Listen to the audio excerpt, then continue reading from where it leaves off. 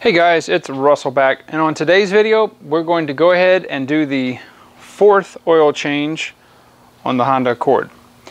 Now, as you remember, if you watched the third oil change, I used the Mobil One Extended Performance, and the reason I'm doing this oil change is because I do not like this oil. There's two reasons I don't like it. Number one is the cold starting noise that I get from the engine when it's cold. Specifically when it's around 30 degrees or below is unacceptable. It does have a slight rattle to it. It never did that when I had the Amsoil in there. That's reason number one. And number two, this is a direct injection engine and I have to be very careful because of the valve, intake valve coking that happens. A lot of that is, of course, is oil vapor and the EGR contaminants mixed to form a kind of a paste-like substance on the back of the intake valves. You got to be very careful about what oil you use, okay? And the reason is the evaporation rate. There is a scale or a test called the NOAC volatility scale, and I believe that the Amsoil's volatility rate is much less, meaning less will be evaporated over time as compared to the Mobil One. That's very important in a direct injection engine. So those two factors are why I'm changing the oil early. The oil has about 6,000 or so miles on it, and I'm ready to get it out. I do not like how the engine sounds in the cold start. That's the bottom line. I've used the Amsoil. It was the Signature series before. I'm going to use the XL until the warranty runs out at 60,000 miles. I'll be using this because of the API. Honda's manual specifically states that you have to use an API rated oil. Even though the Signature series is even far better than this oil, it's not API rated, and you would have to use Amsoil's warranty. Yes, they'll stand behind their product, and I fully believe that. However, just for hassle-free purposes, and this oil right here is phenomenal. This stuff is awesome. It's far better than this Mobil One. So with that being said, I'm going to go ahead and I'm going to show you after 6,000 miles where the oil level is.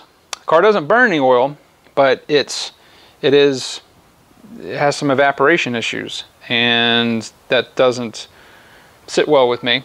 So we're going to do that. We're going to cut open the filter and see what a 6,000 mile filter looks like. I'm still going to use the Honda oil filter. Those filters are fine, and I have plenty of those. So with that being said, let's get to it. Ooh, look at that clean engine. I did a video on the cleaning the engine if you guys want to watch that. So I'm going to go ahead and pull the dipstick out. Let me wipe this off. Now the oil itself, it's not terrible looking. It is a little bit darker than the Amsoil that I pulled out at, I don't know, almost 10,000 miles, but that's where the oil level is. It has dropped a little bit. When I filled it up at 6,000 miles ago, it was right at the high level dot. So that's, you know, it's not terrible oil. I'm not going to say that at all. I know there's a lot of people out there that love Mobil One, and that's fine. It just, I don't think that the performance in this engine is where it should be. So we're not going to just do a step-by-step. If you want to see that, you can go look at my other videos, but I will give you a few highlights as I'm working, and let me get everything set up. One of the things that I always do on a filter that is positioned vertically is pre-fill the filter. This just cuts down on the amount of time that it takes the engine to come to full lubrication. And these little filters will hold quite a bit of oil. I do this while I'm letting the oil drain out of the oil pan.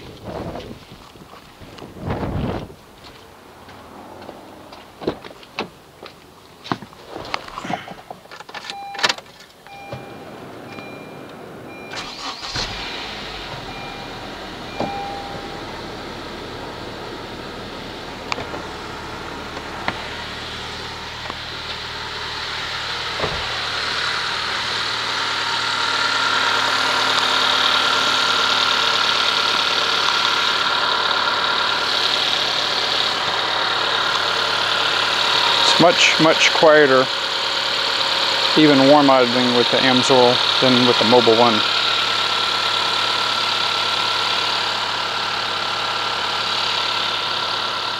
Alright, so we're going to go ahead and cut open the Honda oil filter. Please, if you're going to do this with your own oil filter, actually get a tool that's designed to cut open the oil filter. The reason is this uses a very sharp cutter. A lot of people will use a hacksaw or they'll use a grinding wheel, and that gets metal particles inside there and you can't really see what's what. So it's very easy to use. If you haven't seen me use this before, we're just going to rotate this around a couple times, turn the handle a little tighter.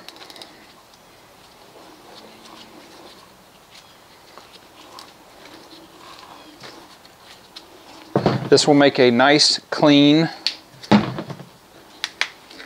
cut that is free of any type of contaminants that will get in the filter. Okay, so it comes off just like that.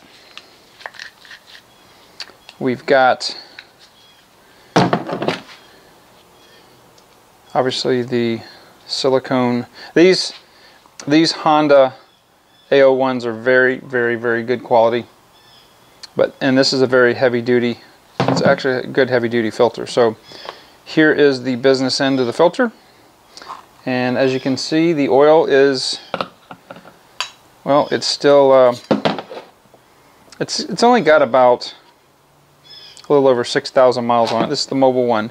Now this oil is a little darker than the oil that came out when I did the Amsoil change, and it had, gosh, almost 10, maybe 9,000 miles or so on it. Nice metal anti-drain back valve and assembly. So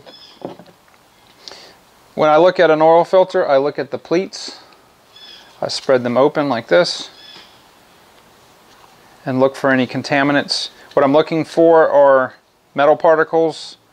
At the first two oil changes, when I did this, you could see little tiny, it was like yellow flakes. That was just coating that's inside the engine block. After several oil changes, that flushes itself out. It's not harmful at all. And just remember, whatever the oil filter caught never got any further than the oil filter. It's doing its job. This oil filter, you know, obviously it's only got 6,000 miles on it. It looks absolutely perfect. There's a lot of pleats in a Honda oil filter. I like the fact that it's got a nice heavy-duty metal core inside here. It's got a lot of surface area. These are very good oil filters. Now the Amsoil E8 oil filter would be what I would put on here if I didn't have these. That would probably, it would either be that filter or one of the Honda A01s. So you can't go wrong with these. Very good quality. I don't say that a lot about OEM parts, but these are good quality. So as I'm inspecting this filter, everything looks really good. There's absolutely nothing in here. This is very good. And I could have kept this oil filter in the car. I wouldn't, but in the Honda manual, if you look, they recommend you change the filter every other oil change. So I'm not going to do that, but you know, the Honda engineers know more than I do. But again, there's nothing to report here. It looks perfect. So I'm going to go ahead and end the video now. I'm going to put a link in the description if you guys want to pick one of these up. This is adjustable right here. You can move this up for larger oil filters, like maybe a Chevy, PF15. But if you have a can style filter, I would suggest every oil change you cut open the old filter. You can spot problems and trends inside here that you would never know until it was too late, until it became a problem in your engine. So with that being said, guys, I appreciate your viewership. I've got a ton more videos to come down the pike, not only for detailing but also for maintenance items. If you're not subscribed, do so, and then click that bell that's right next to it. You'll be notified of as soon as I upload a video. And with that being said, guys, I will see you on the next video.